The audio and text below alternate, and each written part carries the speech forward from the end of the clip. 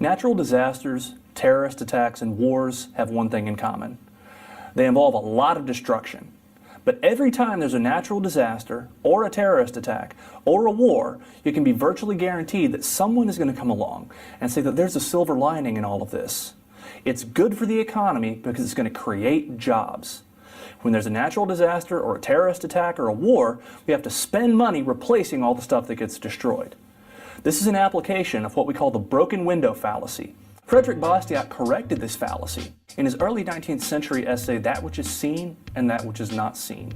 The key point is that destruction does not create prosperity. Destruction destroys prosperity. Imagine someone who owns a shop. The shop has a glass window. Now a kid comes along and throws a rock through the window, so the window's broken, shattered glass everywhere. The shopkeeper's upset. Why? Because his window's been broken. He has to go and pay the glass maker in order to get the window replaced. Now some people might come along and say, well no, look, you should all be smiling because this is going to create jobs.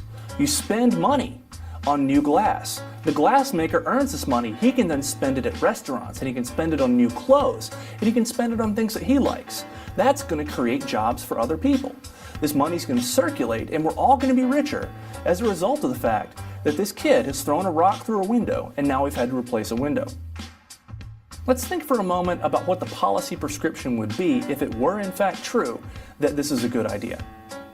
What we should do, instead of trying to prevent people from breaking things, instead of trying to prevent people from destroying property, we should in fact be enlisting armies of kids with rocks to go around breaking windows, to destroy things. Because after all, if this would require new spending that would make us richer, that would make us better off, that would be the path to prosperity.